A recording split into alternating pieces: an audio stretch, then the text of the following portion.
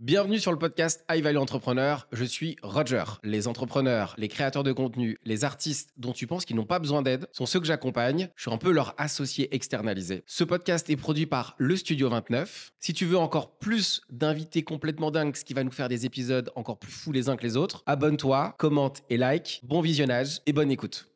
Bienvenue Christophe, je suis hyper content de t'accueillir. Merci beaucoup, je suis ravi d'être là. Eh bien, on a pour habitude de ne pas présenter nos invités. Ils vont te découvrir ou te redécouvrir pendant le podcast. On t'a déjà vu dans plein d'endroits, mais je pense qu'il y a pas mal de gens qui vont te découvrir sur notre podcast. On commence le podcast avec une question qui est parfois un peu embêtante et parfois qui nous amène à amener sur plein d'autres sujets qu'on n'aurait pas pu imaginer, en tout cas moi au départ, qui est quelle est l'anomalie de ton parcours que tu aurais aimé éviter et qui finalement se révèle être un super atout, autant dans ta vie pro que dans ta vie perso. Dis-nous tout, Christophe. Excellente question, parce que quand on arrive à un certain âge, finalement, il y a énormément de petites choses que l'on a vécues, qu'on regrette jamais d'ailleurs, mais qui vous permettent de grandir un peu plus. Mais si j'avais un souhait simplement à évoquer, c'est celui d'avoir rencontré ma femme plus tôt. Waouh. Alors, Alors comme ça, tu as du professionnel et du perso. Et du Hein, personnel. On a les et deux. je prends pas trop de place. Hein. Bon, en plus, les gens vont le savoir, elle est juste à côté de nous, donc une belle, une belle preuve d'amour. En plus, en direct, en face de ta femme. Et en plus, c'est enregistré et ça restera. En tout cas, sur cette anomalie, on va parler peut-être un moment plus de ta famille, peut-être d'une petite surprise qui traîne peut-être quelque part pendant le podcast. On te connaît, on t'a vu peut-être dans pas mal d'endroits en termes de communication. Tu es quand même un docteur, chercheur dans tout ce qui est spécialiste du vieillissement. Pour tous les gens qui vont nous écouter maintenant, pour vous teaser un peu ce qui va se passer, on va pouvoir parler de plein d'éléments. Tu es un des experts mondiaux, il y en a plusieurs, mais tu es notre expert aujourd'hui sur cette partie-là du vieillissement. Forcément, j'ai envie d'aller sur ton parcours dans un premier temps. Qu'est-ce qui fait que cet aspect de ta vie a été... Tu as passé quand même une grande partie de ta vie à vouloir aller sur cette... expertise-là? Est-ce que c'est depuis le départ, depuis que tu es jeune, c'est quelque chose qui t'intéresse ou c'est venu avec le temps? Non, c'est vraiment une passion de l'adolescence. Ok. C'est vraiment d'avoir regardé des gens vieillir autour de moi. Et mes parents étaient assez âgés quand ils m'ont eu. Et mes parents étaient artistes.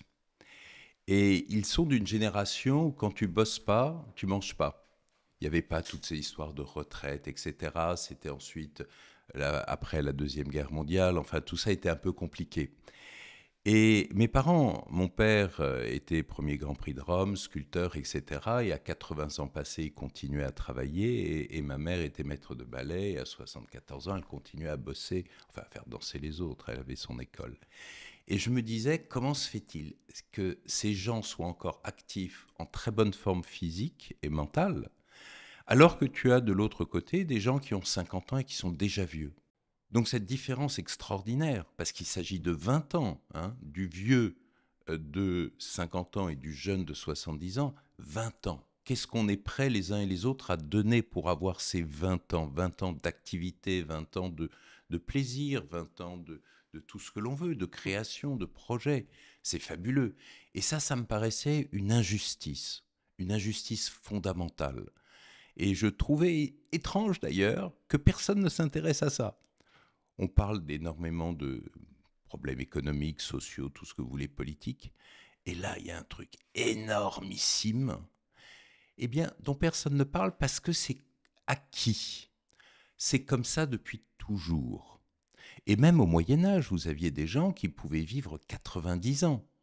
Et ces gens-là, alors ils avaient surtout une chance incroyable, parce que la moindre écharpe dans un doigt pouvait vous tuer, l'infection, septicémie, et c'était fini. Donc vivre 90 ans au Moyen-Âge, c'était rare. Ouais. Mais ça existait, alors que l'espérance de vie était de 30 ans. Hein.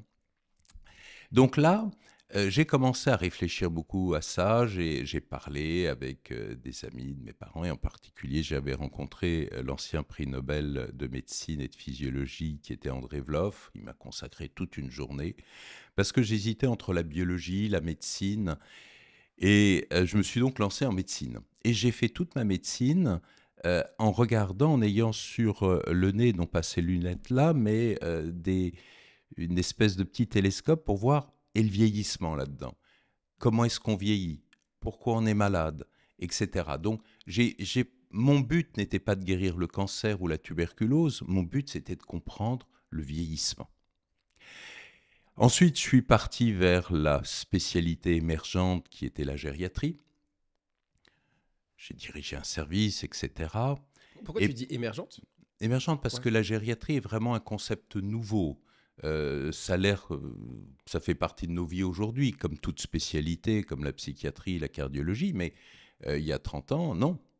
Il y avait des services de médecine où il y avait beaucoup de gens âgés, mais ils ne s'appelaient pas service de gériatrie.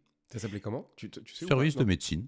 Ok, d'accord. Il n'y avait pas un pôle Non, dédié. Putain, c'est non. dingue. C'est vrai qu'en fait, en apparence, je suis pas très vieux pour le coup, même si on est des gens plus jeunes sur le podcast que moi et qui me l'ont dit en plus, c'était rigolo. Ça paraît évident ce service-là. En tout cas, à aucun moment je me suis dit que ça n'avait peut-être pas existé en fait. Ça, c'est que. Non, mais là, c'est la démographie Ouais. aussi. Il y a de plus en plus de gens âgés. Tu vois que maintenant, on parle de super centenaires.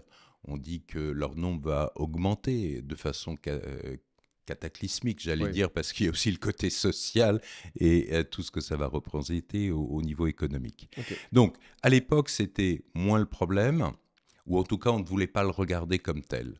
Les gens étaient aussi gardés plus longtemps dans leur Leur famille. ouais. Donc il y a tous ces changements qui sont des réalités socio-économiques sur les 30 dernières années.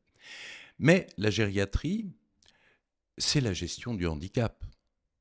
Et ce qui, moi, m'intéressait, c'était de ne pas arriver à cette situation de handicap. Parce que personne, bon, toi, par exemple, ton rêve, c'est pas d'habiter une maison de retraite. Franchement, pour un petit parcours, un petit partage perso, je crois que j'ai fait la première maison de retraite avec la grand-mère de ma femme. Je me suis dit, la fin, c'est ça. Ouais. J'ai eu vraiment ce sentiment de me dire, putain, mais la fin de l'histoire, c'est cette ambiance-là.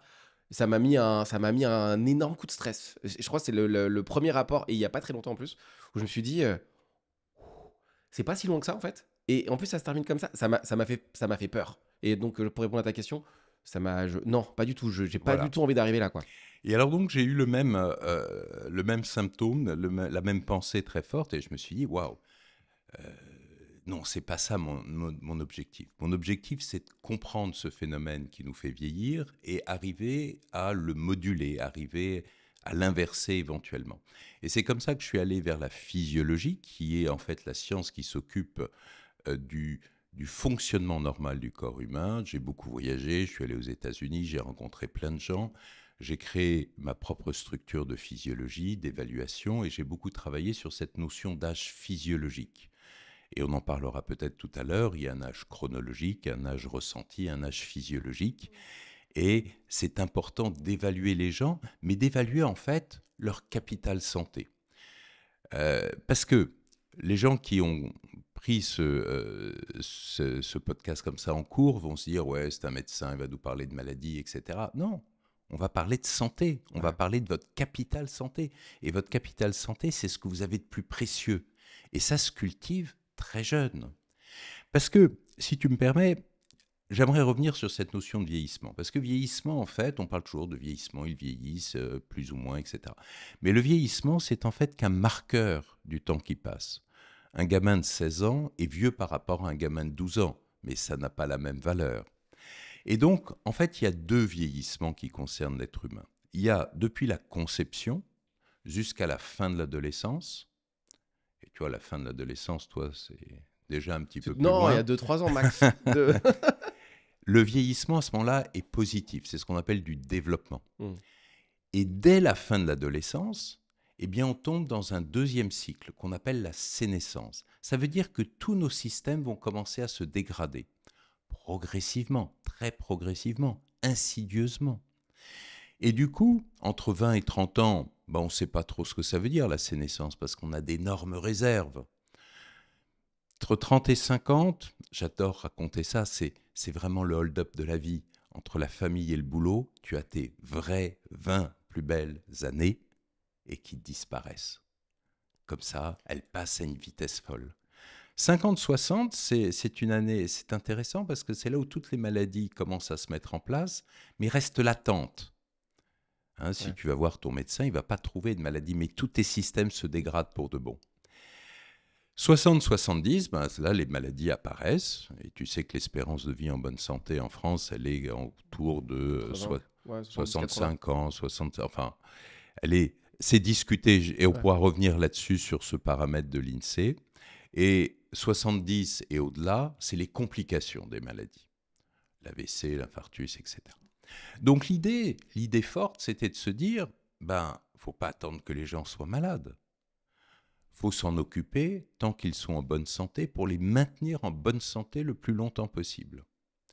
Et ça, c'est vrai que c'est un discours qui intéresse de plus en plus de médecins, parce que c'est un discours extrêmement positif. C'est de la prévention.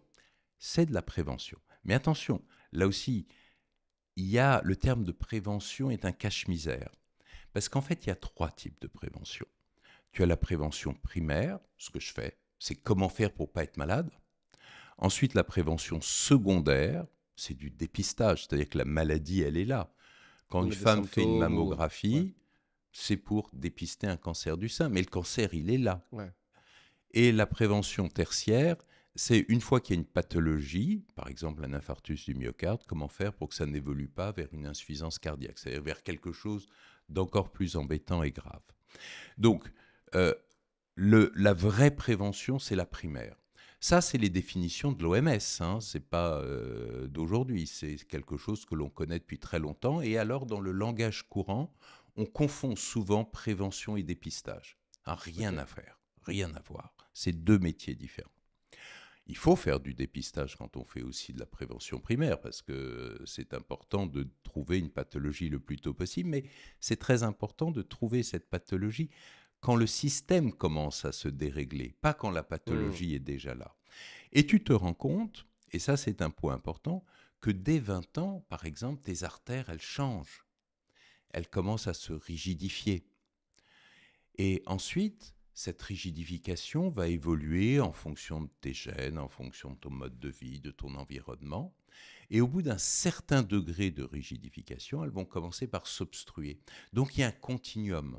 Et c'est ce qui fait que quand on a par exemple un consultant qui a 50 ans, eh bien on peut lui trouver une rigidité artérielle de quelqu'un de 65 ans. Et ce qui fait qu'il porte le risque cardiovasculaire, non pas de quelqu'un de 50 ans, mais quelqu'un de 65 ans. Et là, du coup, tu peux lui dire, là, objectivement, il faut absolument que l'on agisse. Le gars est en bonne santé, Ouais. sauf qu'il est en bonne santé, en fait, entre guillemets, presque entre parenthèses. Je, Il est je, au bord du gouffre. je veux de revenir sur un sujet qui est dans l'entrepreneuriat, qui est un sujet même marketingment parlant et même pour faire du business, la prévention. Hmm. C'est jamais il y a jamais de business complètement dingue sur la prévention, parce que la prévention, il y a une notion qui est de régler un problème, une problématique urgente, que si on la règle pas, entre guillemets, les gens vont pas consommer, vont pas mettre un truc en place. Et en fait, la prévention, j'ai l'impression que pour les humains, c'est un peu, on ferme les yeux, si ça arrive, si ça n'existe pas, ça n'arrivera peut-être pas. Et la prévention, j'ai l'impression qu'on a du mal à l'appréhender. J'ai l'impression que les humains, de manière globale, dans tous les domaines, faire quelque chose, ou en tout cas essayer de prévenir un problème que peut-être sans véritable symptôme, sans véritable chose qui nous viennent à la tête. Je t'ai beaucoup écouté, il y a une phrase, je vais la dire tout de suite, que tu m'as dit, qui moi me reste dans ma tête, c'est tout ce que vous ne ferez plus, tout ce que tu ne fais plus maintenant, peut-être que tu ne le feras plus jamais. Si tu l'as dit, moi cette phrase, elle est dans ma tête tous les jours.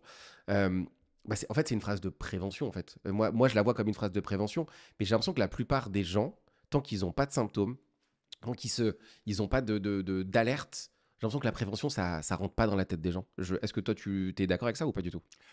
Alors, c'est complètement vrai. Et ça appartient à cette notion très forte de système de défense psychologique, le déni. Les gens ont peur des médecins parce que les médecins représentent la maladie. Mais en fait, le médecin représente aussi comment dire, la meilleure gestion de leur capital santé. Moi, pour que les gens comprennent bien, il y a une analogie que j'adore, c'est avec la voiture.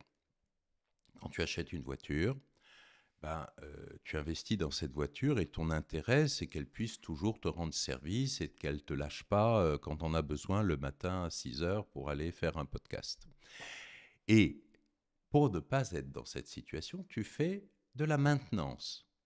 Et moi, ma voiture, par exemple, elle m'annonce vous êtes en retard de 15 jours, de 3 semaines pour votre maintenance. Donc on finit par la faire. Et cette maintenance, elle est simple. Le garagiste va vérifier un certain nombre de points et quand il manque de l'huile à tel endroit, il va en rajouter. Ouais. C'est simple. Et ça permet de conserver ta voiture En dans le bon état. meilleur état Ouais. possible, le plus longtemps possible. Elle fait des kilomètres pendant ce temps-là, elle vieillit quelque part, elle est sénescente, mais elle reste en assez bon état.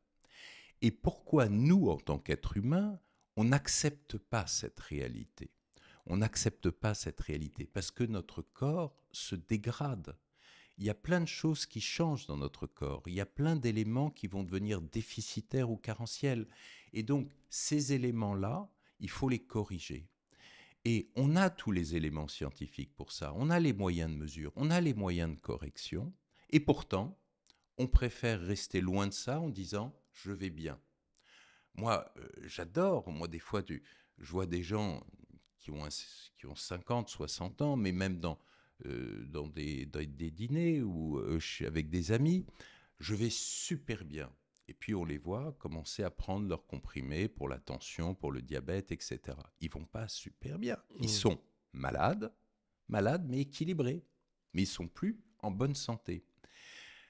Ensuite, il y a des tas de gens qui regardent. Il y a un truc très simple qu'on peut tous regarder et observer. La vitesse de marche. À quelle vitesse tu marches? À quelle vitesse tu montes un escalier? Comment tu te retournes pour faire un 180 degrés? Eh ben, c'est étonnant. Les gens vieillissent, bien sûr qu'ils vieillissent, mais ils restent ensuite dans le déni. Et puis, si tu me permets une dernière anecdote, Bien parce sûr. que Je t'en permets toutes. Je te les permets. Bon, c'est un podcast qui va durer alors. Ah bah, j'espère.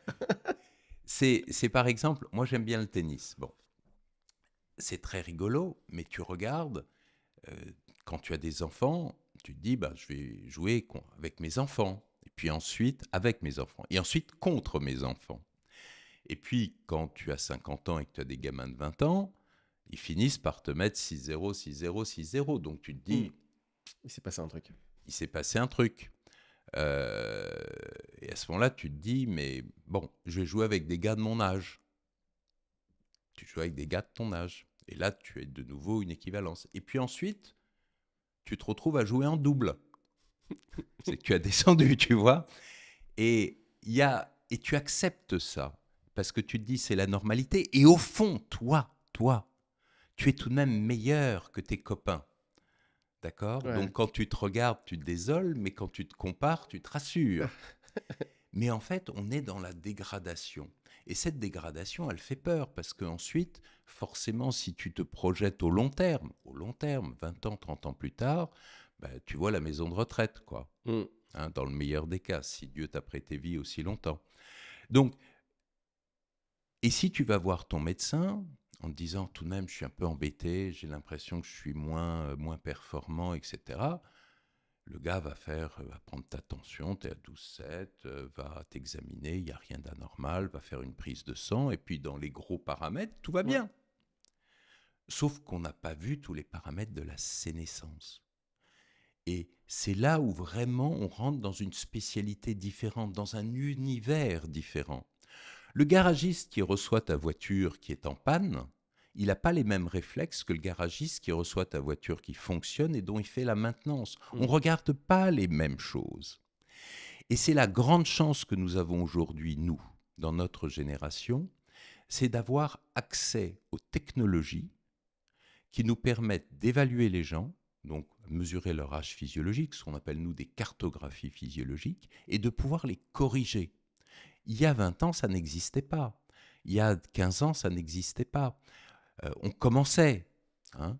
Et donc là, aujourd'hui, on peut le faire. On peut le faire. Et on peut se projeter. Parce que le problème de l'être humain dans son évolution, c'est quoi? C'est que nos systèmes se dégradent, c'est la sénescence, font le lit de la maladie, et la maladie accélère la sénescence, et on sait où ça termine.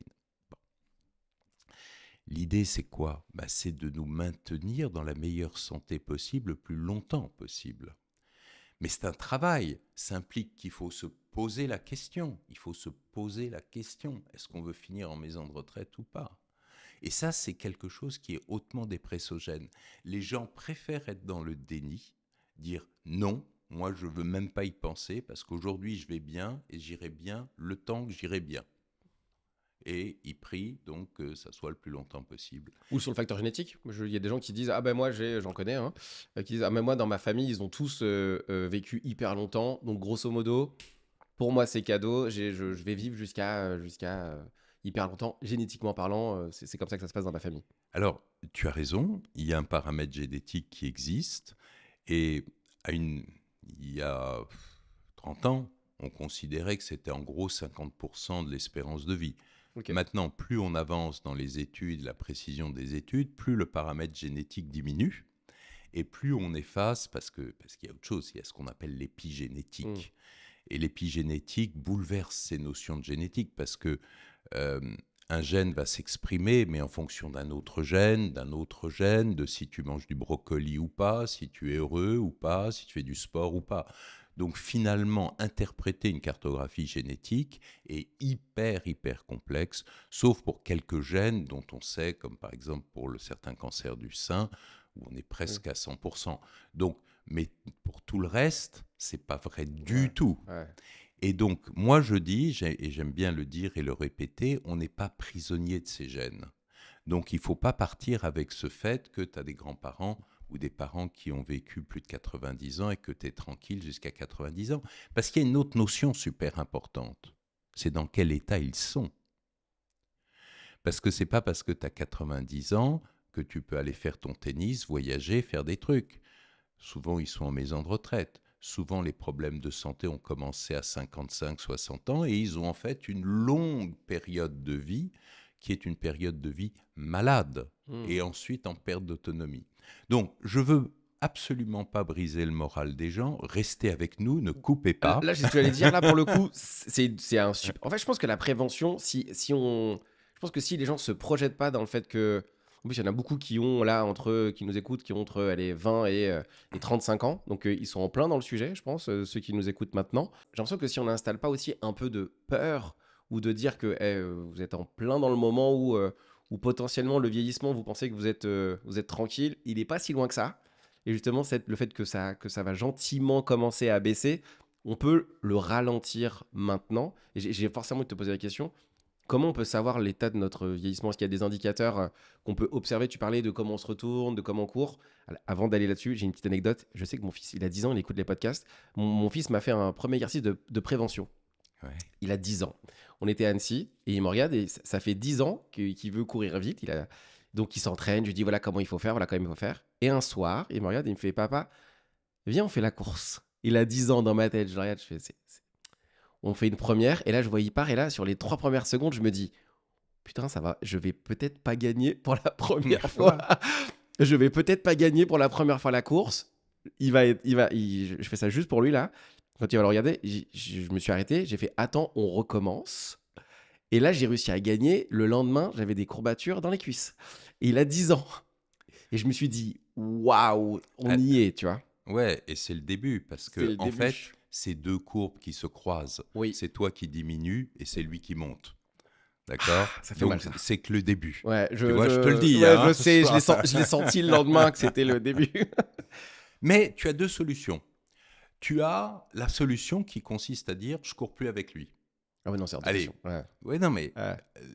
99% des gens vont dire ça. Ouais. Je cours plus avec lui. C'est comme le tennis. Tu joues plus avec ton gamin qui te bat parce que Ouais. c'est pas drôle. Lui, ça l'amuse, toi, ça t'amuse Ah oui, moins. il était très content. Et la deuxième solution, c'est de dire waouh, je m'entraîne. Et il ne m'aura pas la prochaine fois, et durablement, il ne m'aura pas. Ouais. Bon. Il y a un moment, il gagnera, ce que je lui ai dit. Oui, mais tu peux lutter. Ouais. Tu peux lutter. Moi, ça me fait rire parce que tu me racontes, parce que moi, j'ai fait des courses comme ça quand je me promenais avec mon père, qui à l'époque avait peut-être 72 ans. Il était capable de le faire, le 100 mètres. Hein. Ouais. Il était surprenant.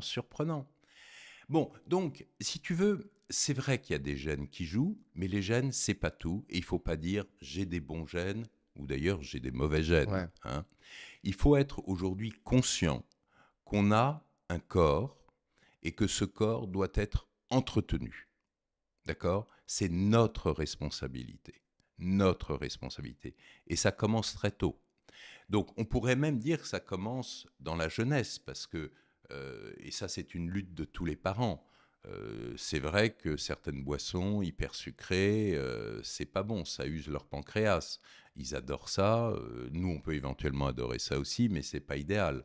C'est vrai que les amener à faire un peu d'activité physique plutôt que de jouer simplement avec leur pouce sur leur tablette, c'est un combat. C'est un combat qu'on doit essayer de mener le mieux possible.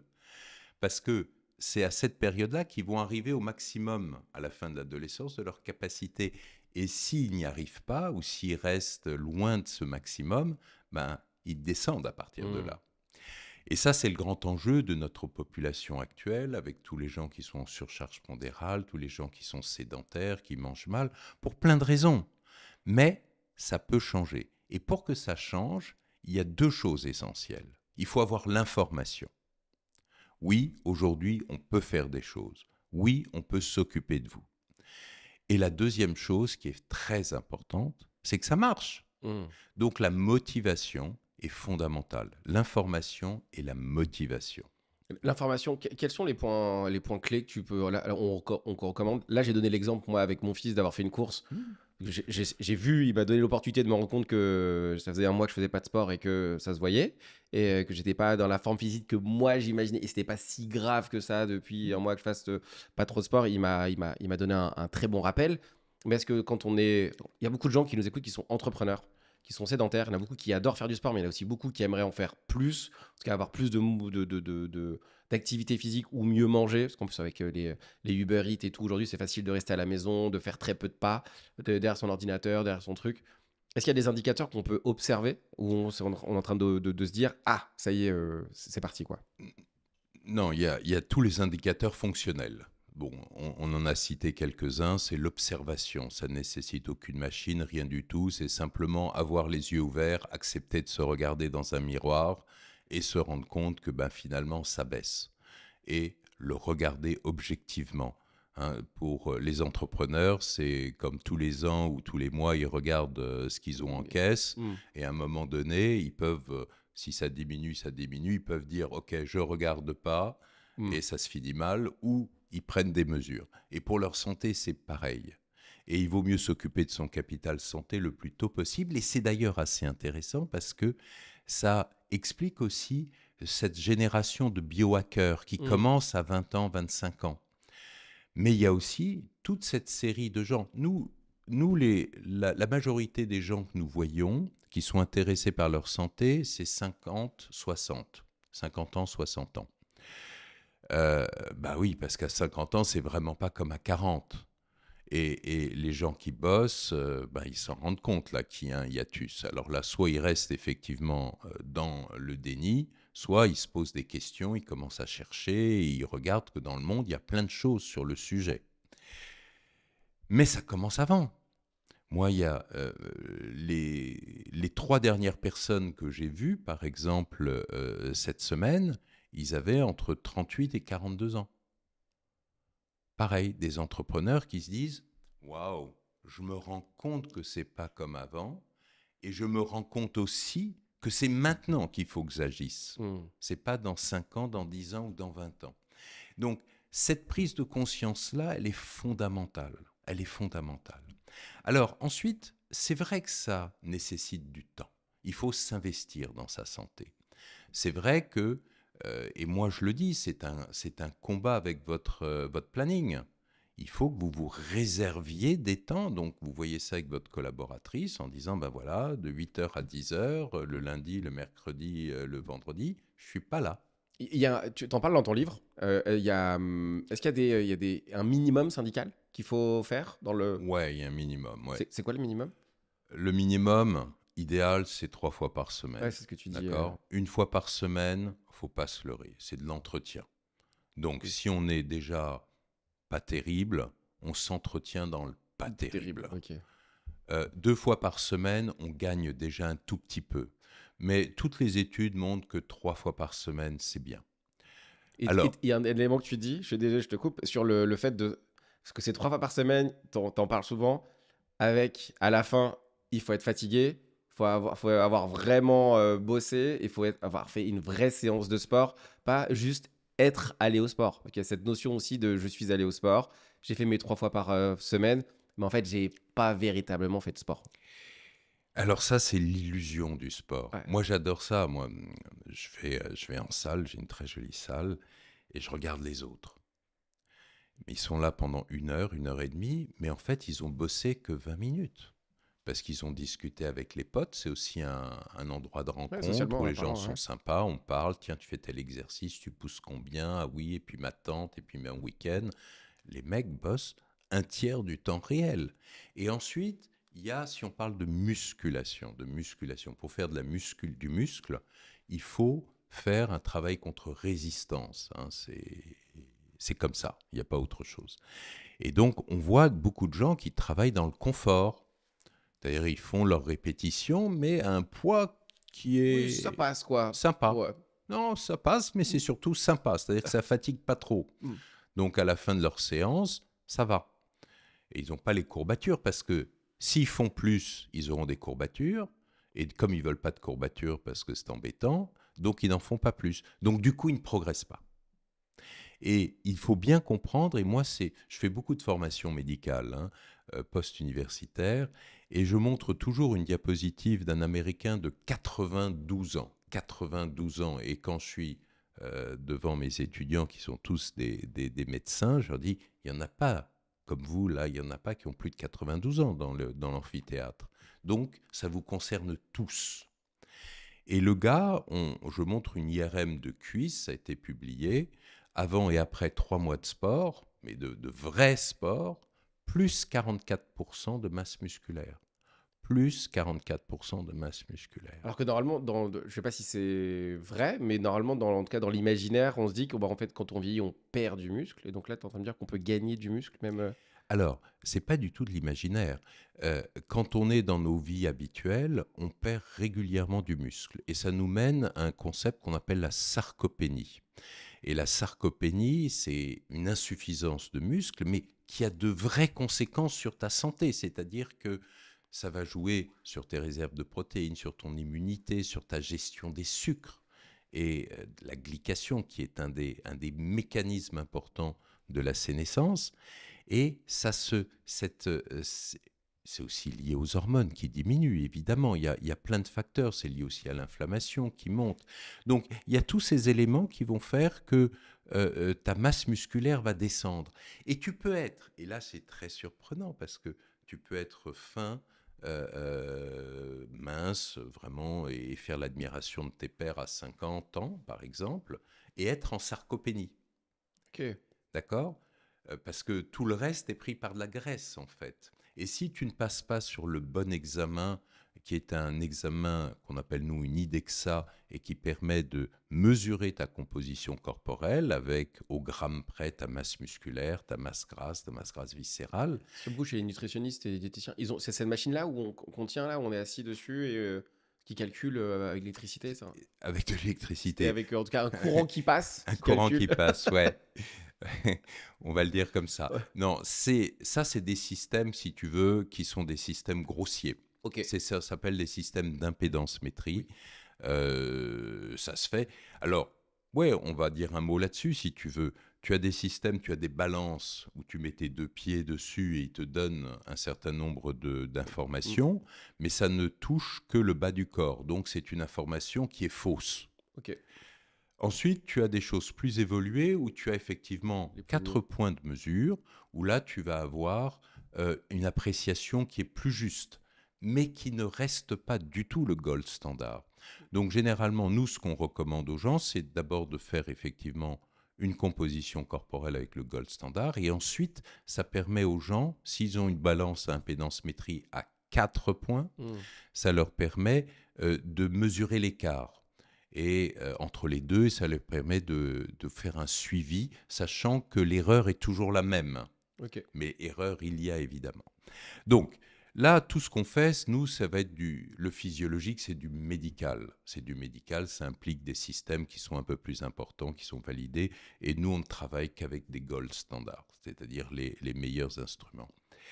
Donc, cette sarcopénie, elle est mauvaise, Et les gens s'y habituent, d'accord? Et en fait, quel que soit ton âge, tu peux, si tu fais les bons efforts, tu peux gagner du muscle. Donc, 92 ans, hein, pas 52, 92. Donc, il n'y a pas d'excuse. Tu peux le faire.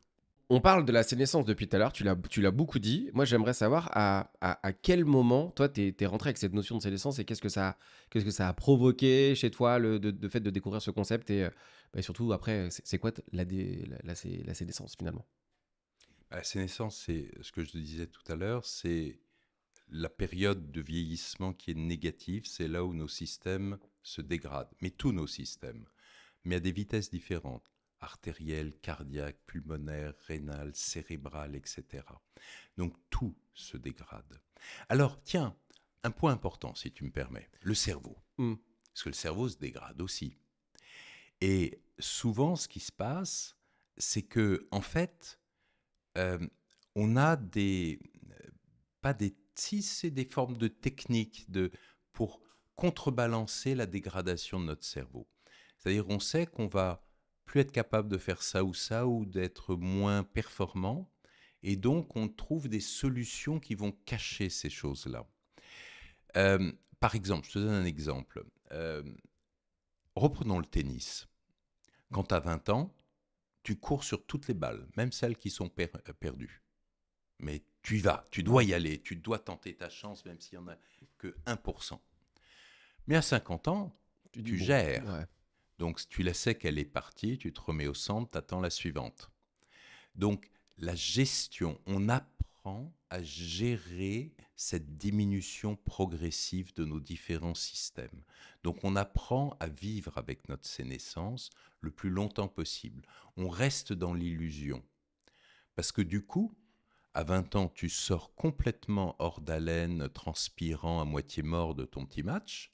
Mais à 50 ans, tu peux embrayer sur un deuxième match. Donc tu te dis à la limite, mais je suis en meilleure forme à 50 ans qu'à 20 ans. Donc tu vois, tout ça est très complexe. Hmm. On se ment soi-même? On se ment ou c'est comme tu dis, c'est de la gestion, tu sais, on Non, gère mieux, oui, non, non, non, non, on se ment soi-même. Ouais. Mais on gère aussi ses activités différemment. Moi, je me souviens de...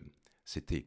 Je reçois beaucoup de journalistes et il y a deux types de journalistes que je reçois en fait. Les plus jeunes, des pigistes, leur rédac chef leur ont dit tiens, allez voir donc de Gégère pour parler de vieillissement. Et puis, elles ne savent pas ce que c'est. Quand tu as une fille de 28 ans, vieillissement, elle arrive en se disant où est-ce que je suis, avec qui je suis, c'est bizarre ce truc. Et je me souviens d'une en particulier qui était très agressive parce qu'elle comprenait pas le concept, puisqu'elle ne le ressentait pas. Hmm. Elle le ressentait pas. Et au bout d'un moment d'explication, elle me dit oui, finalement je comprends. Parce que à 20 ans, je pouvais très bien faire une nuit blanche et redémarrer le lendemain le boulot. Maintenant, il faut que je gère. C'est-à-dire que c'est soit un vendredi ou un samedi, mais le lendemain, je peux pas. Et donc, elle a compris que elle n'avait plus de réserve. À 20 ans, tu as des réserves. À 25 ou 30 ans, tu n'as plus ces réserves. Donc, tu dois gérer. Et ça, tout ça, c'est des petites preuves de sénescence qui commencent. Et soit tu te dis, bah, c'est comme ça, c'est la vie, c'est mes parents, mes grands-parents, et on peut rien y faire. Parce que n'oublie pas une chose, c'est que on a toujours été éduqué avec cette notion d'inéluctabilité. Hmm. Donc finalement, quand c'est inéluctable, tu luttes pas, Hmm. puisque c'est comme ça, c'est ton destin. Et c'est quelque chose d'assez récent, cette notion de vouloir effectivement lutter contre notre destin biologique. Alors ensuite, il y a des gens qui ne sont pas d'accord. Il y a des gens qui disent non, on doit rester prisonnier de ce destin, c'est comme ça. Bon, alors moi je leur dis oui, c'est pourquoi pas, c'est votre choix à vous, mais respectez aussi le choix des gens qui veulent rester en bonne santé le plus longtemps possible. Moi, j'ai rien contre les gens qui prennent l'avion, qui veulent aller sur la Lune ou sur Mars. Hmm. Ce sont des progrès, on va apprendre plein de choses avec ça. Mais il y en a d'autres qui veulent continuer à faire de la bicyclette sur la terre ferme. C'est L'un n'empêche pas l'autre. Il y a un Américain, on va en parler après, hein, Brian Johnson, qui lui, c'est son combat carrément. Lui, il veut presque devenir, je crois qu'il veut devenir immortel, hein, je crois que c'est à peu près. Le but, c'est d'essayer de rajeunir presque pour ensuite vivre le plus longtemps possible. On va en parler. Et moi, je veux juste aller sur un élément, parce que tu disais que la gériatrie, c'est quand même quelque chose qui a 30 ans. Est-ce que avant que ce système existe, la sénescence était déjà connue ou on l'a découvert Non, à non, un moment précis? elle est connue depuis très très longtemps, mais elle est surtout connue dans le milieu des physiologistes. La gériatrie, pas la gériatrie, la sénescence, elle est, comment dire, elle est pas enseignée, mais on en tient compte dans les études de médecine depuis toujours en Ok. tant que facteur de risque. Hmm. Bah oui, quand vous êtes âgé, vous avez plus de risques de faire ça, ça, ça, ça, ça. Donc, c'est connu, mais c'est toujours un facteur de risque sur lequel on ne peut pas agir. Ok. Et là, la nouveauté, et c'est tout l'intérêt de ce livre sur la médecine de la longévité et sur ce combat que moi je mène depuis plus de 30 ans, c'est de dire, mais si on peut agir, on peut agir. Ce qui ne veut pas dire que l'immortalité est au programme. Hein, c'est pas ce que je dis On est du déçus. tout. Oui, je suis Christophe. désolé. Bon, bah, je m'en vais. Je Bon m'en bah vais. les gars, merci. Non, je suis désolé, mais aujourd'hui, elle est pas au catalogue, l'immortalité. Ok. Alors, forcément là, jamais ou Alors, alors c'est là où ça devient très compliqué. Parce que si on regarde par exemple les travaux en biologie cellulaire, on est capable d'immortaliser des cellules. Donc là, le concept d'immortalisation, moi je suis diplômé de la fac des sciences, j'ai fait beaucoup de culture cellulaire, etc. Moi, quand j'ai vu qu'on pouvait immortaliser un processus biologique, j'en revenais pas. Je trouvais ça hallucinant pour moi. dans des bonnes conditions en plus ou dans des conditions d'immortaliser parce qu'en fait, il y a des organismes qui vivent très très très Non, je longtemps et parle des cellules. Là, ok, pour l'instant, c'est commençons vrai. modeste. Sur les Modeste. cellules, Cellules. mais est-ce que alors Cellules. justement, les organismes, on voit qu'ils vivent plus longtemps qu'ils sont intéressants, mais est-ce Non, que les cellules, elles, immortel. immortelles, Immortel. putain, c'est fou. C'est fou. Immortel. Pas cancéreuse, Ouais, hein, ouais. parce que les cellules cancéreuses le sont aussi d'une certaine manière, mais fonctionnelles, immortelles. Donc ça, c'est une plaque, une énorme claque. Donc, c'est possible. Un sujet organique peut ne pas mourir. C'est ça que ça veut dire. Bon, maintenant, il faut dépasser ce stade de cellules et arriver vers des petits organismes, les petits mammifères. Alors les petits mammifères, si on les met dans des situations expérimentales, on peut augmenter leur espérance de vie et la doubler, parfois Sur même les la souris, c'est ça? tripler. Par Hmm. exemple, sur des souris. Alors, il y a tous les systèmes intermédiaires. Il y a les nématodes qui sont des vers, il y a des mouches, des choses. Les mouches, par exemple, les drosophiles, on change simplement la température du milieu. Ils peuvent doubler leur espérance de vie. Donc, ça, c'est intéressant parce que c'est le rôle de l'environnement Hmm. sur notre vie et on pourrait ensuite en reparler parce que, je le dis quelque part dans le bouquin, ben, c'est difficile également de vivre très sainement dans un milieu qui est pollué. Mais ça, Hmm. ça nous échappe Ouais. en tant qu'individu. Et puis ensuite, il y a les mammifères, et les mammifères, simplement en leur faisant faire du sport et en mangeant différemment, ils augmentent leur espérance de vie. Alors, une chose importante sur l'espérance de vie à ce niveau-là, c'est que c'est pas augmenter l'espérance de vie en mauvaise santé. C'est tout le cycle de vie qui est décalé, y compris la période où on est en bonne santé. La période de 35 à 50, grosso modo, on La l'a période grandi. de 20 à 50, Ouais. ces 30 ans-là, ça devient 60 à l'heure. Ah ouais. Donc tu vois, c'est intéressant, c'est important. Mais là encore, la souris ou le rat, tu lui demandes pas son avis. Elle Hmm. mange exactement ce que tu lui dis de manger et elle va faire son tour dans sa petite roue folle quand on lui dit de le faire. Hmm. D'accord et en la stressant des fois un peu parce que quand elle n'a pas envie d'y aller, on donne un petit choc électrique qui fait que le Hmm. seul endroit qui n'est pas électrisé, c'est la roue. Ok. Donc elle va pédaler là-bas. Donc malgré le stress induit, tac, elle vit plus longtemps et dans de meilleures conditions. Donc tout ça, ce sont des réalités scientifiques. On ne peut pas dire que ça n'existe pas. Il y a des milliers, des dizaines de milliers de publications, c'est refait, refait. Bon, moi, j'avais rencontré comme ça Roy Walford, qui était professeur à UCLA, donc à l'université de Los Angeles, et qui était un physiologiste renommé. C'est lui qui a fait les travaux sur la restriction calorique. C'est lui aussi qui a fait Biosphère 2. Je ne sais pas si tu as entendu parler de J'ai entendu, ça. ouais. C'était dans le désert californien. Il fallait qu'une petite équipe de quelques membres vive en autarcie pendant 2 ans. Donc, ils devaient cultiver, manger ce qu'ils avaient produit, etc., etc. Alors, ce qui était intéressant, c'est qu'ils se retrouvaient en restriction calorique. Ils étaient obligés de bosser parce que si eux cultivaient pas et nettoyaient pas, bon ben, il y avait rien à manger. Donc, c'est une motivation sérieuse. Du coup, ils ont tous perdu du poids. Du coup, les histoires de cholestérol dont on parle toujours, mais il est devenu minime. Ils étaient à moins de 1 gramme de cholestérol total, alors que... Et donc, plus de facteurs de risque cardiovasculaire. Plus de facteurs de risque cardiovasculaire. Donc, la tension a baissé, etc. Donc, Donc tout tous s'est ces amélioré. éléments-là sont fondamentaux.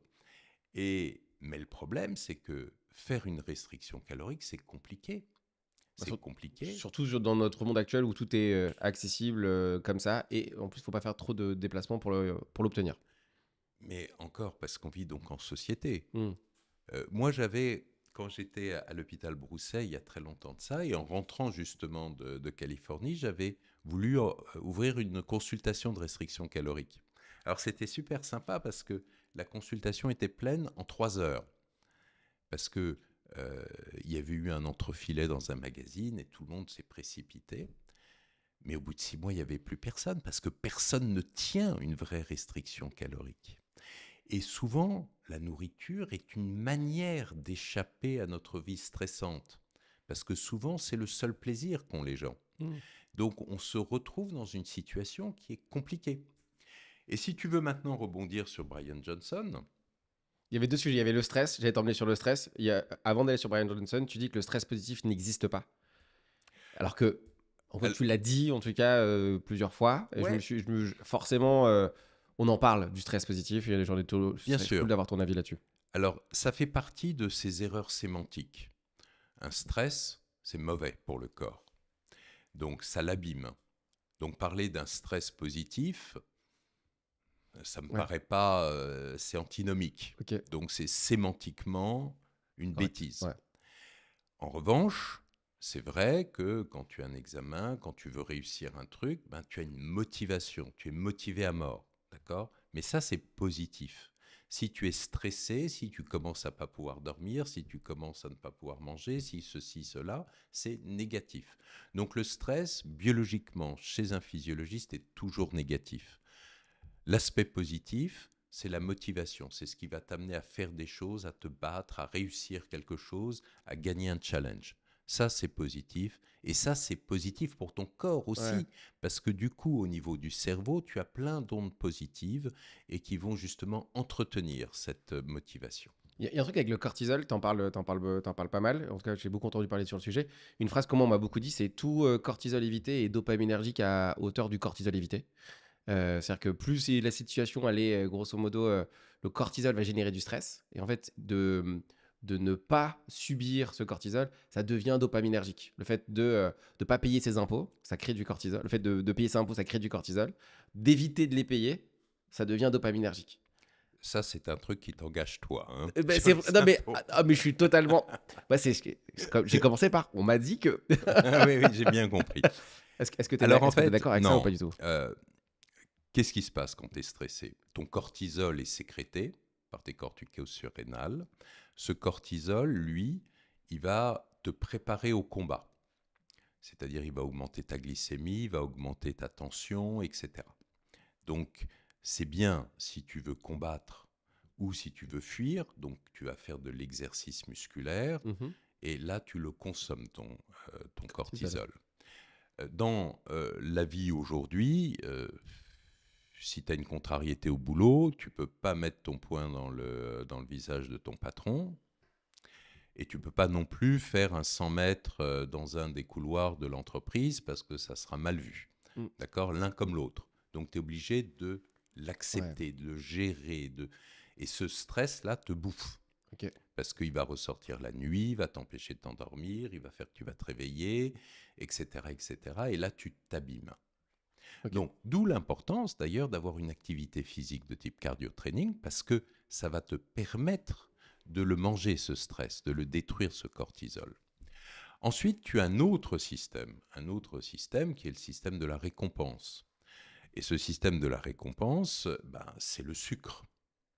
Donc, il n'y a pas de lien aussi simple que ça. C'est deux choses qui vont être vraiment séparées, qui vont dépendre des habitudes des uns et des autres. Ok, donc moi j'ai ma réponse là-dessus. Je pourrais challenger les personnes qui m'ont dit que tout cortisol évité et dopaminergique à la hauteur du cortisol évité. Si on va sur... Alors, il y a plein de sujets. Il y a Brian Johnson. Moi, j'ai quand même pas mal de personnes autour de moi qui sont entrepreneurs, sportifs et tout, qui sont déjà aussi hyper jeunes, qui font hyper attention à ce qu'ils mangent, qui font énormément de sport, parfois peut-être même presque trop. Si est-ce qu'on peut faire trop de sport, ça peut être un sujet. Il y a ceux qui ne prennent pas assez soin de leur santé à long terme, et il y a ceux qui en prennent vraiment beaucoup soin et qui en font presque trop. Est-ce que si on va sur le sujet des, par exemple, des compléments alimentaires et de ce biohacking / aller sur Brian Johnson juste après, c'est quoi ton avis là-dessus? Sur les Alors, gens on commence par Brian Johnson. Allez, allons sur Brian Johnson Moi, directement. j'adore Brian Johnson. Ah, trop cool. Je l'adore. Pourquoi? Parce que c'est l'américain type. Il adore se mettre en scène. Mais en faisant tout son cirque autour de ce qu'il fait, parce que ça paraît comme un cirque finalement, il va sensibiliser des gens au fait que l'on peut peut-être intervenir sur sa santé, sa longévité. Donc ça me plaît. Parce que le but, y compris de mon bouquin, c'est de sensibiliser les gens. C'est de dire, prenez compte de ce que vous êtes aujourd'hui et ça va vous permettre d'aller mieux demain. Donc ça, c'est très important, d'investir dans son propre corps. Et lui, il le met en scène. Bon. Alors ensuite, il n'y a pas que Brian Johnson, il y a plein de gens aujourd'hui aux États-Unis, dans le monde, en Chine, au Moyen-Orient, en Russie, partout, il y a des gens qui se disent, dès qu'ils ont atteint un certain niveau financier, et qu'ils sont encore assez jeunes, parce que ça, c'est aussi, à partir d'un certain âge, les gens sont rentrés dans la maladie. Ils sont rentrés dans le retrait de la vie. La retraite de la vie. Et ils se disent qu'on ne peut plus rien faire et ils acceptent qu'on ne peut plus rien faire. Et donc, ce sont justement les plus jeunes qui disent « Oh là, non, moi, je joue pas ce jeu-là ». Et en particulier, quand finalement la vie leur a souri, et puis souvent ils ont bossé comme des malades pendant les 20-30 premières années de leur vie, ils ont vendu leur boîte. On en a quelques-uns comme ça. Et puis, une fois qu'ils ont vendu et bien vendu leur boîte, ils se disent « Ok, maintenant je m'occupe du principal, ma santé. » Donc, ils remettent leur santé au goût du jour. Alors, la plupart des gens n'en parlent pas. Brian Johnson en fait un business. Ah, il en fait un business. Et puis il y va avec le coup de je récupère le sang ou le plasma de mon fils pour il tape fort quoi. Il y va, il monte toutes ses pilules. Je sais pas si t'as vu où il parle, les moments où il parle, il monte tout ce qu'il prend, tout ce qu'il mange, tout ce qui. Alors il y a deux choses. Il y a d'abord l'aspect médical. Il a un suivi médical à $1 million par an, je crois. Donc, C'est pas mal. il a mis plein de gens autour de lui, qui ne sont pas des spécialistes du vieillissement, mais qui sont des spécialistes de plusieurs spécialités et qui l'entourent. Il fait plein de dosages et il complémente. Bon. Donc là, c'est assez logique, sauf qu'il le fait à l'américaine, c'est-à-dire complètement rigide, et il y passe son temps. Ensuite, il va dans des... Et ça, c'est typiquement américain. J'adore le dire, moi, parce que tous les congrès internationaux où je prends la parole, il y a beaucoup d'Américains et j'adore leur dire qu'ils ne sont pas bons dans ce qu'ils font en termes de longévité. Ça doit les énerver. Hein. tu dois pas te faire des super copains là à ce moment-là. Non, c'est pas ça, parce que d'abord ils comprennent pas. Ils comprennent pas ce que je veux leur dire, parce que quand vous leur dites non, vous êtes sur la mauvaise voie, vous êtes vraiment sur une voie de geek, par exemple, c'est pas comme ça qu'il faut traiter le problème. Là, ils comprennent pas parce que ce sont des Américains, donc c'est le top du top. Et ensuite, on commence à leur expliquer un petit peu, et là, il y en a certains qui se posent des questions. Alors, l'idée, par exemple, de prendre le plasma de son gamin, qui éthiquement, enfin bon... c'est bizarre. En tout cas, ça attire l'œil ou l'oreille, quoi. De savoir pourquoi. Ouais, alors, Pour moi, c'est éthiquement impossible à considérer. Mm. C'est éthiquement impossible à considérer. Et en plus, c'est faux. C'est faux pourquoi? Parce que c'est l'interprétation d'une expérience qu'on appelle euh, la parabiose hétérochromique. Alors la parabiose hétérochromique, c'est un joli nom là, hein. Je suis Je très vois que content que ton regard... j'ai pas eu besoin de le dire, je suis très content. Bon, c'est une vieille expérience hein, qui a été faite et refaite depuis des années et des années. Tu prends une souris jeune et une souris âgée et tu les colles ensemble et tu mets ensemble leur système vasculaire. Ok. Donc c'est barbare. Ouais. C'est complètement barbare. Et tu observes. Et qu'est-ce qui se passe? Eh bien, la souris vieille, âgée, elle rajeunit. Elle rajeunit. Elle rajeunit. C'est la première fois que l'on peut utiliser ce terme de façon scientifiquement valide. Elle rajeunit. Et la souris jeune ne vieillit pas. J'allais te poser la question. Ouais. En fait, ils vont ensuite vieillir au rythme de la plus jeune. Parce que la jeune, elle va vieillir, mais au rythme d'une souris normale. Et donc, c'est la vieille qui gagne Ouais. et qui double son espérance de vie. Enfin, c'est pas rigolo. Hein. Ça fait très vampire, quoi. Oui, mais c'est la notion du sang. Ouais. Alors, pourquoi ça se passe? C'est tout simplement parce que dans le sang, tu as plein de facteurs de croissance qui existent, et ces facteurs sont transmis au sujet âgé. Et donc, ça permet au corps de se régénérer tout en partie. Et il y a beaucoup d'équipes, moi je connais à Paris, à l'Institut Pasteur, des équipes qui travaillent sur certains de ces facteurs de croissance, comme le GDF11, qui lui va jouer spécifiquement sur les muscles ou sur le cerveau. Donc, c'est de la science dure, ça existe. Lui, évidemment, il le fait à l'américaine, c'est-à-dire qu'il prend la moitié des infos, et c'est sûr qu'il ne s'est pas greffé son fils sur le dos. Non. D'accord? Moi, j'espère pour son Parce fils. que c'est ce qu'il faudrait en réalité. Et ça, c'est totalement impossible. Quand il prend une perfusion, quand il prend du sang à son fils et qu'il se l'injecte, c'est un temps X. Donc, ça ne permet pas d'avoir l'effet positif. D'accord? Ok. Donc, c'est simplement, ça part d'une réalité, et c'est typiquement comme le font souvent les Américains dans leur certitude. Pas toujours, hein, je ne veux pas non plus simplifier à l'extrême, mais dans le cas de tout ce qui est physiologie de la sénescence, c'est un peu ça, et il en tire des conclusions qui sont fausses. Bon, c'est pas C'est pas grave. grave. Au moins, au moins, il teste et ça permet qu'on en parle. Et Exactement. tu penses qu'il va réussir son pari de rajeunir, en tout cas ou... Alors, ensuite, il y a un autre élément qui est très très important et qu'il faut qu'on partage, parce que les mots ont leur importance. On ne peut pas parler de rajeunir, on peut parler de moduler sa sénescence. Nous, mon travail aujourd'hui, il est de moduler la sénescence. Ça veut dire de la retarder, de l'améliorer. Rajeunir, c'est un système différent, c'est autre chose. C'est la médecine régénérative. On va y arriver, peut-être dans 15 ans, peut-être dans 20 ans, peut-être plus tôt. C'est tout ce qui va tourner autour des cellules souches et on peut en parler plus tard si ça t'intéresse. Bien sûr. Mais pour l'instant, ce n'est pas accessible. Donc là, on peut officiellement pas rajeunir. Non, on ne peut pas rajeunir. On peut ralentir le vieillissement Ouais. au mieux Alors, de ce qui est possible, mais pas rajeunir. ouais, ralentir, arrêter. C'est la même histoire que la voiture et Ouais. la maintenance. Ta voiture, elle continue à vieillir. Si tu veux rajeunir, tu changes ton carburateur. Tu en mets un neuf. Tu as un nouveau carburateur. D'accord? Donc c'est différent. Ouais. Mais je pense que demain, et c'est vrai qu'on travaille beaucoup sur ces sujets conceptuellement, nous, c'est comment faire pour inverser l'horloge cellulaire et faire que demain, ce soit l'intérieur de notre corps, ce soit nos propres cellules qui modifient donc cette horloge et qui font que, effectivement, on va améliorer nos différents systèmes. Parce que tu ne dois pas oublier une chose, c'est qu'en permanence, notre corps se régénère. Les cellules, les globules rouges, par exemple, sont régénérés entièrement à 100% tous les 4 mois. Tes cellules intestinales tous les 4 jours. Donc en permanence on bouge, sauf qu'on va remplacer les choses, mais avec toujours un petit peu plus d'altération. Et c'est là où on pourrait parler des télomères. J'allais y aller. Hein. J'allais dire, est-ce que c'est le moment de parler des télomères? Ok. Et les télomères, eux, on peut les rallonger.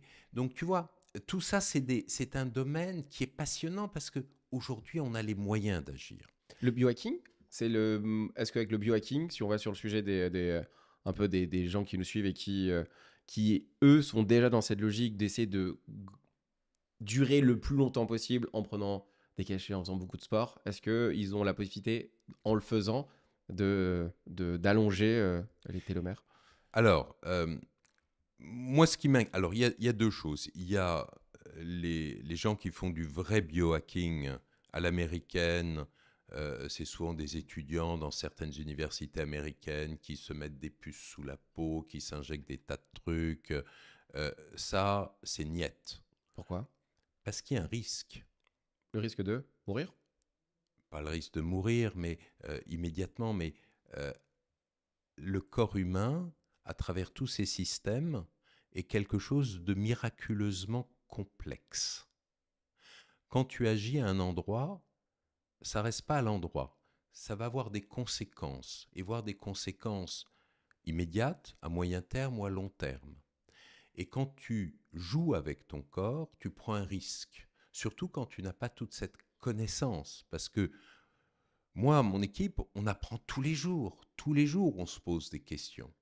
Donc, le gars qui fait que simplement de la biologie et qui regarde un chapitre de son livre et qui dit je vais interagir comme ça, eh bien, il va créer d'autres déséquilibres et qui seront visibles peut-être que plus tardivement. Donc, intervenir sur les mécanismes physiologiques, oui, bien sûr, c'est notre job. Hmm. Mais pour ça, il faut le faire de façon en toute sécurité. Quand vous avez, et là on tape sur les entrepreneurs actifs qui se prennent plein de gélules, ben, est-ce qu'ils ont besoin de ces gélules? Bah, pour la plupart, la réponse est oui. En fait, quand ils le font, bon, pour en connaître plein, c'est... Alors, il y a Allez, prendre donne-moi un des, exemple. il y a prendre des gélules, et il y a bien manger, et il y a faire du sport. Et en fait, ils ont des certitudes, des certitudes sur tout ce qu'ils sont en train de mettre en place, comme quoi ce qu'ils sont en train de faire de manière un peu à outrance. Brian Johnson, version très modérée et avec peut-être des fonds moins évidents. Mais tout ce qu'ils sont en train de mettre en place, ils sont persuadés que, on va prendre l'exemple des oméga 3, de prendre toutes ces gélules parce qu'ils font du sport, parce qu'il y a une véritable certitude que tout ça, c'est une sorte de biohacking pour être meilleur, donc durer plus longtemps, donc avoir une... Alors, tu as dit un truc qui est fondamental. Tu as dit ils ont des certitudes. Hmm. D'accord? Ils ont des certitudes. Beaucoup de certitudes ont mené des tas de communautés humaines au désastre. Faire de la certitude parce qu'ils ont lu un truc sur Internet ou parce qu'une copine ou un copain leur a dit ça ou qu'ils ont vu que Brian Johnson le faisait, c'est des conneries. Excuse-moi de le Mais c'est dire très comme bien, je ça. suis très content de Alors, t'entendre le dire. pour moi, en tant que physiologiste, euh, il faut avant tout mesurer. On mesure avant, on mesure après. On regarde dans ton sang si effectivement tu as des carences en oméga 3. Ça se fait très facilement. S'il y a des carences en oméga 3, tu prends des oméga 3. Et à ce moment-là, tu vérifies. Est-ce que tu en as assez ou pas? Parce que les oméga 3, c'est utile. C'est utile à la fois au niveau vasculaire, à la fois au niveau cérébral. Donc oui, on part d'une réalité, d'une information réelle, les oméga 3 sont utiles, et on n'applique pas le jeu jusqu'au bout. C'est-à-dire que oui, c'est utile si on en a besoin, mais si tu n'en as pas besoin, c'est comme, tu permets, je reviens à ta Bien sûr, mais voiture, oui, tu peux. tu as ton garagiste qui est là, qui n'a pas regardé le niveau d'huile et qui va rajouter de l'huile dans ton carter. C'est-à-dire, je me Ok? fais avoir en plus, il se fout de ma gueule en plus. Sous Ouais, ta gueule. ouais. Et là, les gens, la certitude est confortable parce que tu ne te poses pas de questions et tu crois être utile. Bon, sur les oméga 3, il n'y a pas de Il n'y a pas gravité. de Tu peux gravité. prendre ta boîte, une boîte entière matin, midi et soir. Tout ce que tu vas voir, c'est des diarrhées. Hmm. Il y a ensuite des bêtises. On sait que les oméga 3 sont utiles. On sait que les oméga 6 sont inflammatoires. Tu as des gens dans le commerce, je suis sidéré, ça se vend. Ouais, je Il le y a vois. oméga 3, oméga Ouais, 6. ouais. Donc, ça veut dire que le gars qui vend ça ou qui produit ça ne connaît rien au problème. Il a simplement vu si je mets oméga 3, ça va se vendre, alors ça va être encore mieux. Si je mets oméga 6, ça va se vendre encore mieux. Donc là, il y a une certaine naïveté, mais il faut que tu comprennes que Le corps humain, ton corps humain est quelque chose d'unique et encore une fois très complexe. C'est pas parce que tu peux acheter des vis, un tournevis chez Castorama ou Leroy Merlin ou avec des plaques d'aluminium que tu peux te construire un Airbus A380. Hmm. En théorie, oui.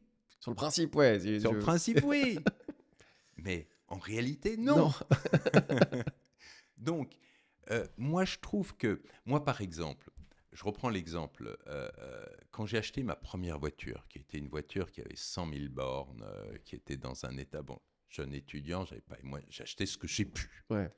Et je me suis dit, en bon étudiant, je vais en faire la maintenance. Donc, je me suis acheté aussi le petit livret d'entretien. J'ai levé le capot la première fois et j'ai dit, ah ben non, c'est un job, ça. C'est un métier. Hmm. Moi, c'est pas mon métier. Donc, je l'ai refermé et je l'ai amené au garage. Donc, mais là, c'est pas une voiture. Une voiture, si elle est détruite, tu peux en acheter une autre. Mais ça, c'est ton corps. Ouais. Comment des gens responsables peuvent être aussi négligents sur leur propre organisme? Prenons un autre exemple.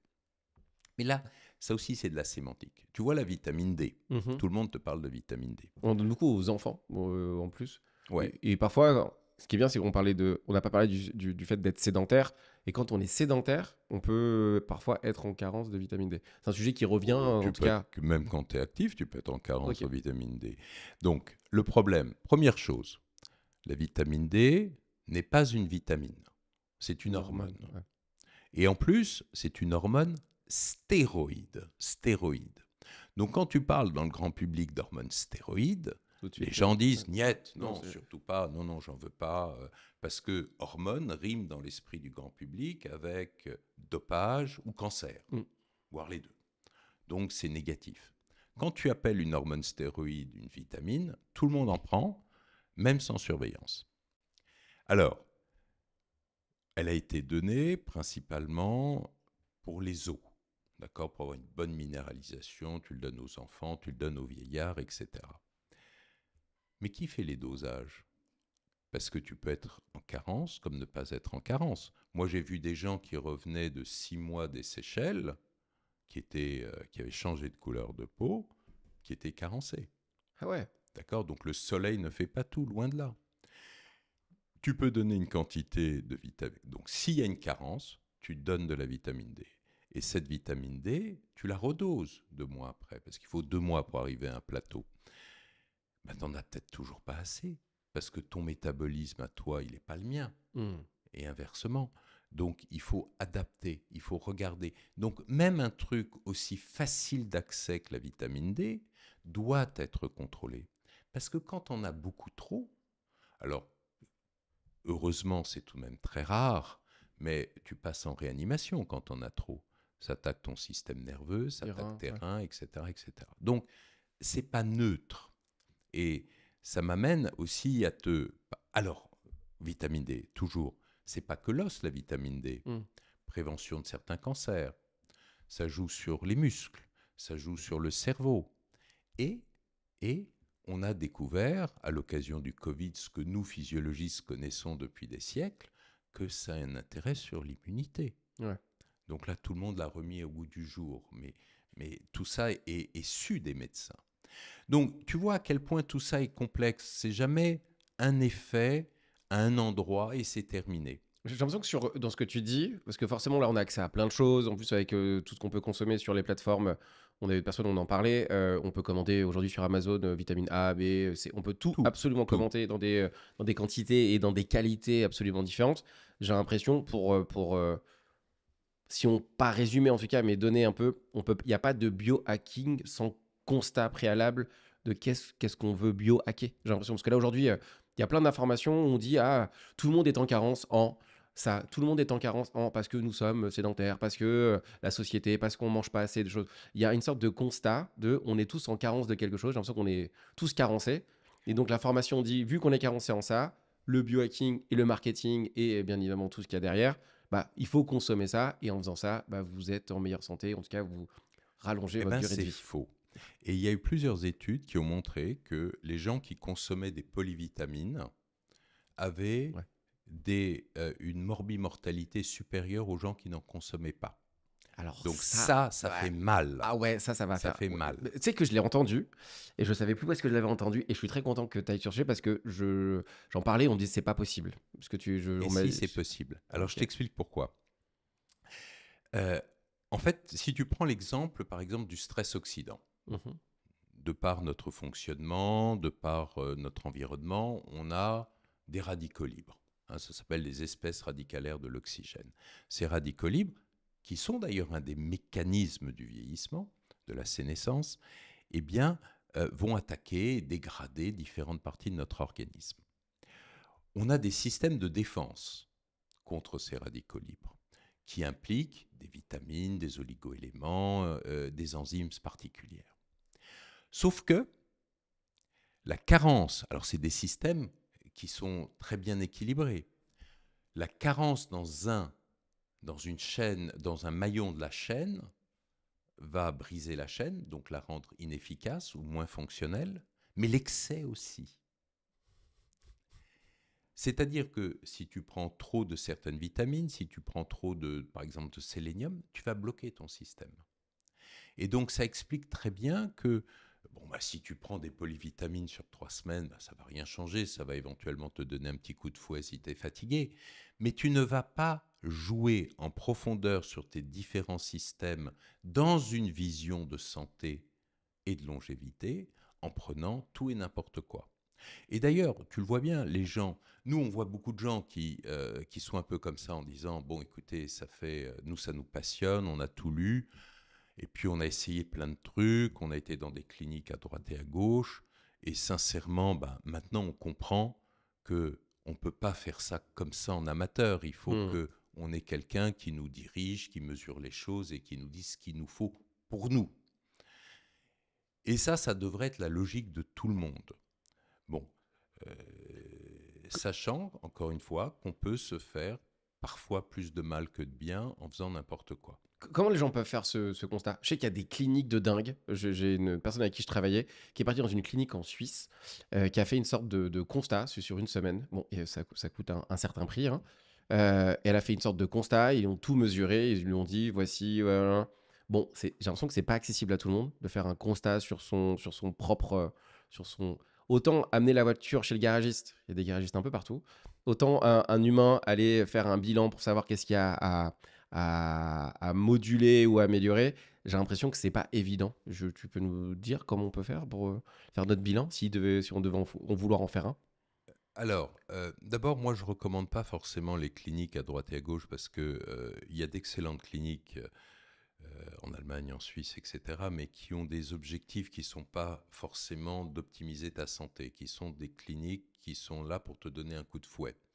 Donc, tu es dans un environnement qui est vraiment non stressant, très agréable, on te papouille de partout, on te fait quelques tests sanguins de base. On fait même, il y a même, désolé, je te coupe, mais il y a même dans celui que j'ai en tête, on te remet, on te change ton sang, je crois, un truc comme ça. J'ai pas le bon terme, mais on te réoxygène ton sang ou quelque chose comme ça. Ouais, il y a plusieurs systèmes qui Ouais. existent.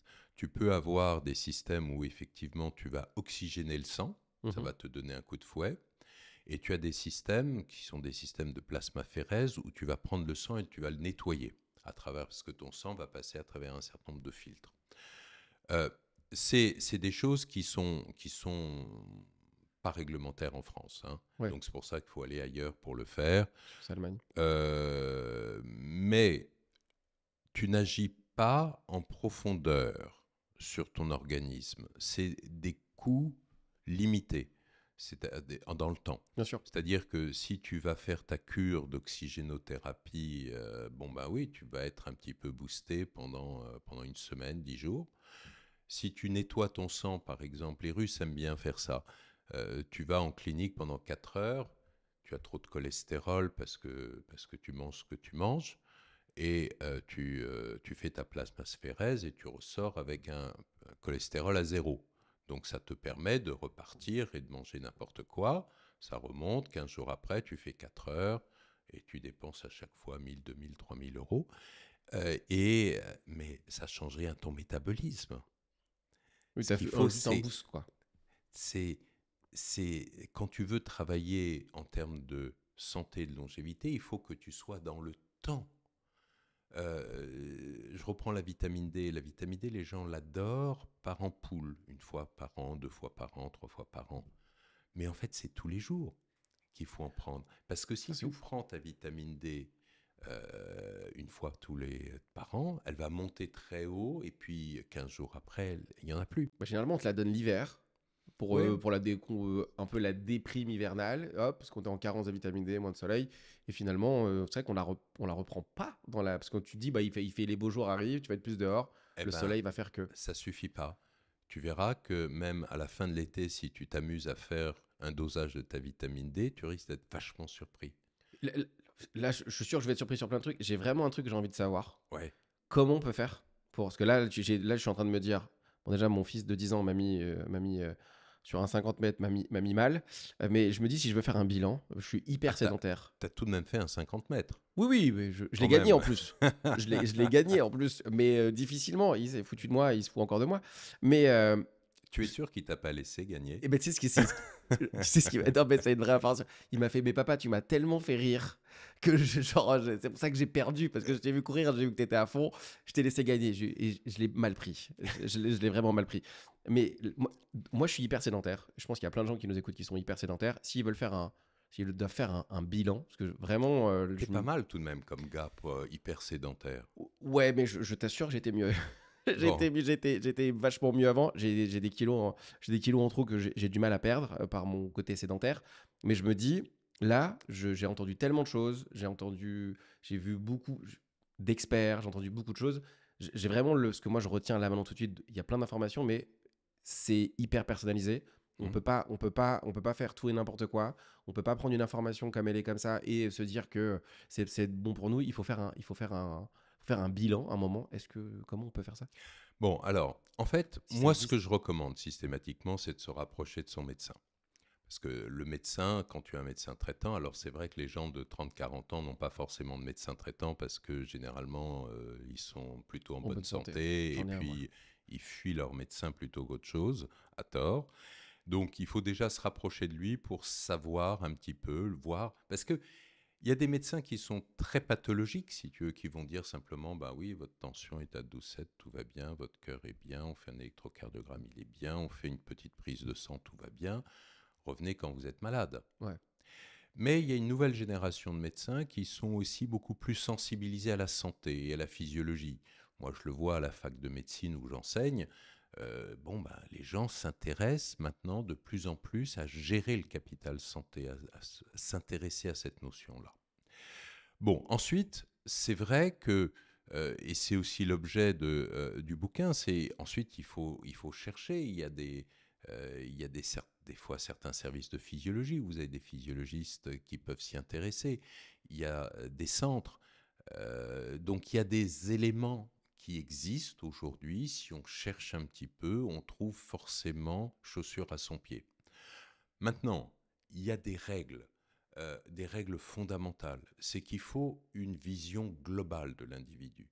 Si vous tombez sur un médecin qui ne va s'intéresser qu'à votre stress oxydant, bah, c'est comme si vous alliez voir un garagiste qui s'occupe que de votre roue avant droite. Mm.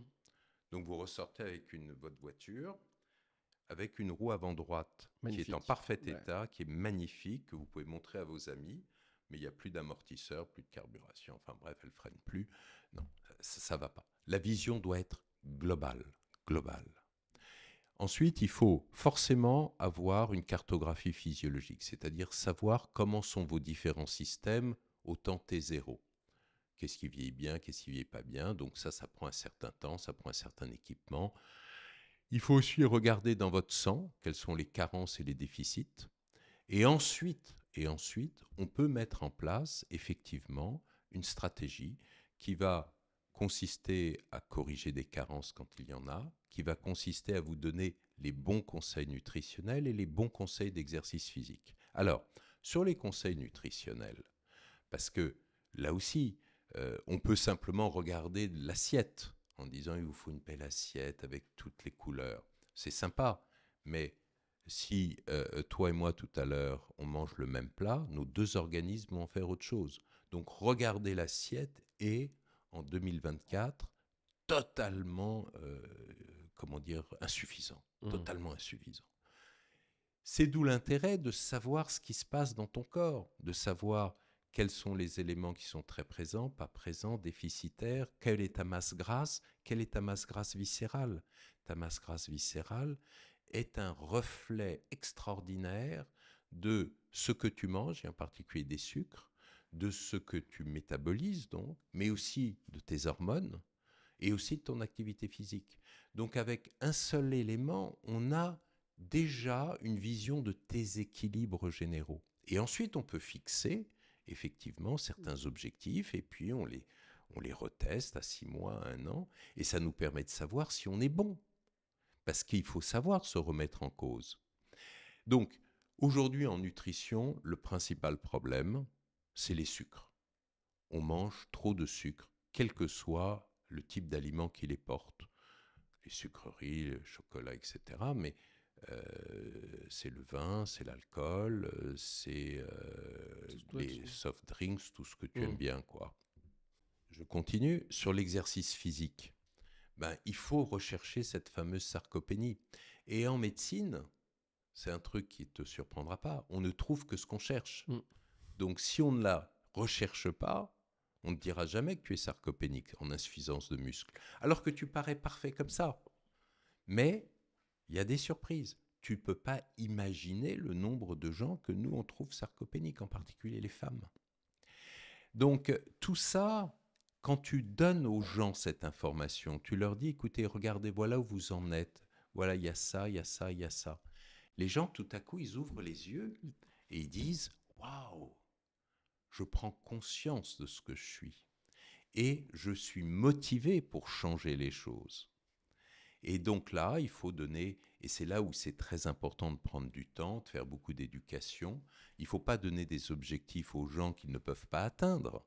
Il faut leur donner des objectifs raisonnés et avancer ensuite progressivement.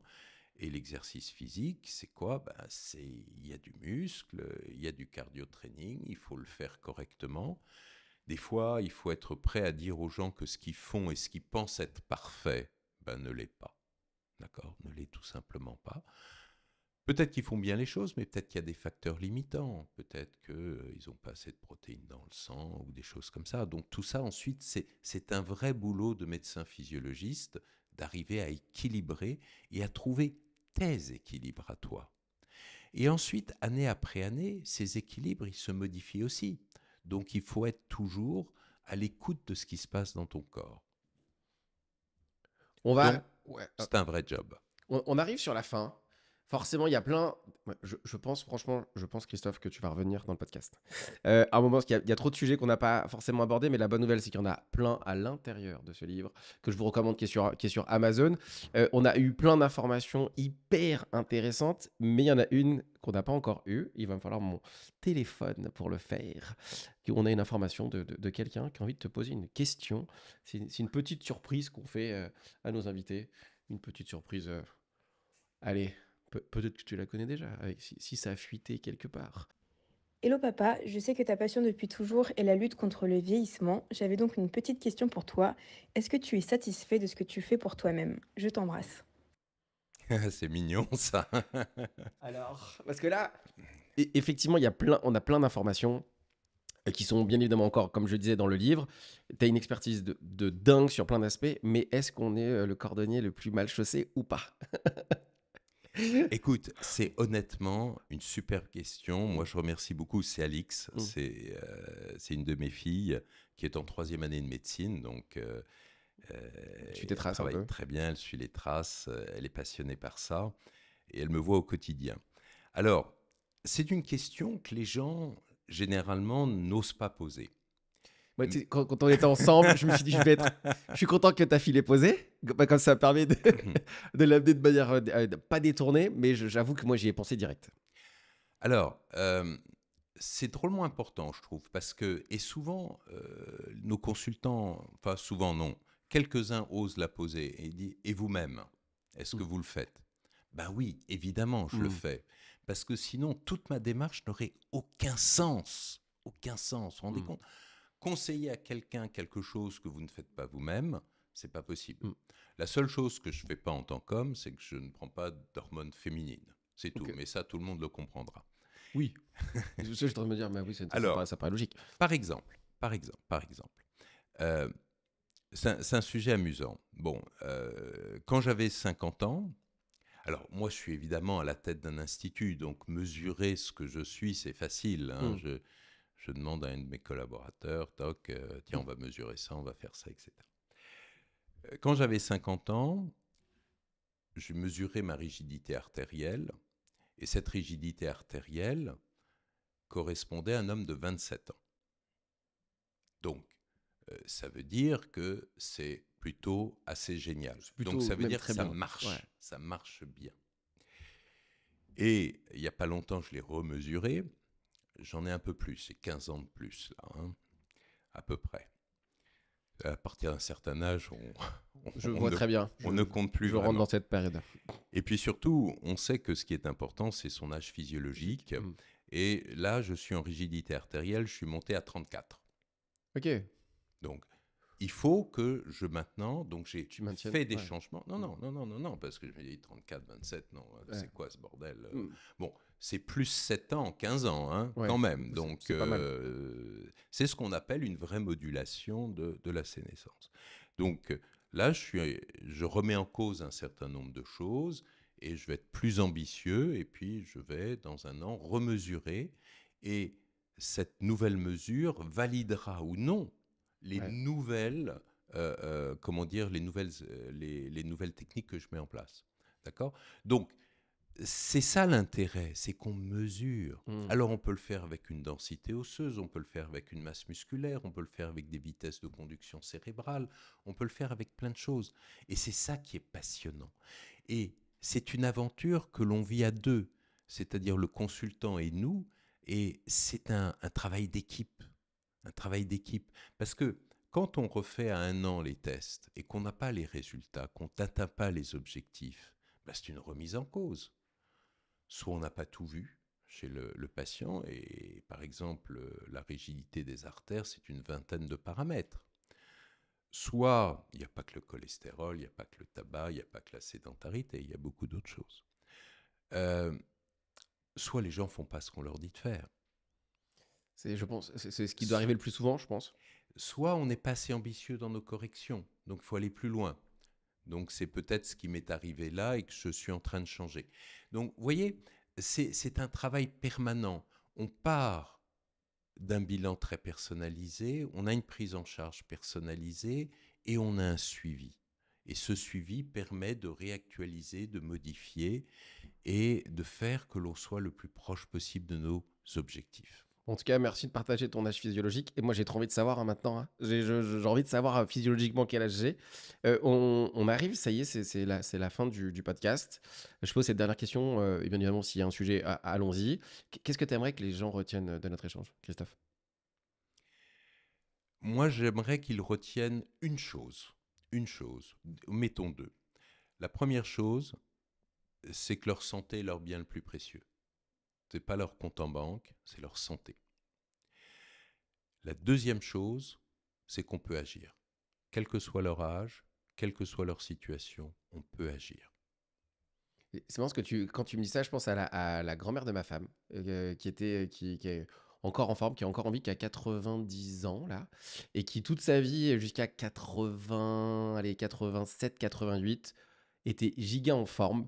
Et à un moment, alors je sais pas si là je lance un sujet, ça se trouve, mais pour le temps qu'il nous reste, mais à un moment, je me souviens, elle me disait, écoute, je sens que je perds la boule. Elle me disait ça, et je lui disais, je fais, mais ça s'appelait Mamo, elle s'appelle toujours. Je fais, Mamo, dis pas ça. Moi, ce que je vois de toi n'est pas du tout ce que tu dis de toi, que tu parles à boule et tout.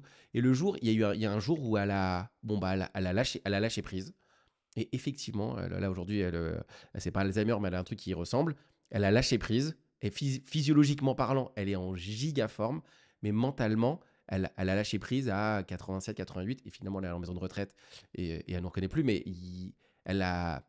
Et j'en parlais avec ma femme il y a quelques jours. Je dis, Maman, en fait, à un moment, elle a lâché prise.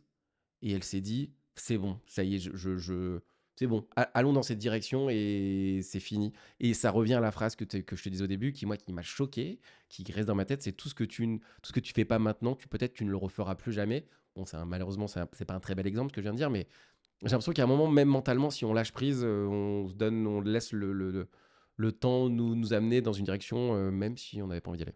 Non, mais on l'a dit au départ, Ouais. hein, ce qui est important, c'est de prendre conscience des choses et d'avoir la motivation pour lutter. Plus tu avances en âge, plus tu perds cette motivation. Et si en plus tu as une pathologie cérébrale comme tu le décris Mhm. pour ta belle-mère, à ce moment-là, ben, le jeu, il est Ouais, fini, ouais. quoi. Donc on est là complètement en retrait. Ton cerveau fonctionne plus et là, la motivation, elle n'existe plus. Tu peux plus te battre. Tu Mm. acceptes que tu as perdu et bon, les choses se passent hein, jusqu'à la fin. Bon, c'est quand même une super comment dire, conversion plein d'espoir. Faut pas lâcher l'affaire. Faut se prendre en considération à titre perso et pas faire n'importe quoi. Merci infiniment, Christophe. Je pense qu'on te réinvitera pour d'autres sujets au fur et à mesure de nos épisodes. Merci infiniment. Je te dis à très vite. Avec plaisir. À À bientôt. bientôt. Au revoir. J'espère que cet épisode t'a plu. Si toi aussi tu as envie de passer de entrepreneur à high value entrepreneur, tous les liens sont dans la description. N'hésite pas à me contacter. Tu vas voir, on va pouvoir faire des trucs de dingue et peut-être que tu auras des choses à raconter aussi passionnantes que l'entrepreneur que tu viens de voir. On se retrouve au prochain épisode. Merci et à très vite.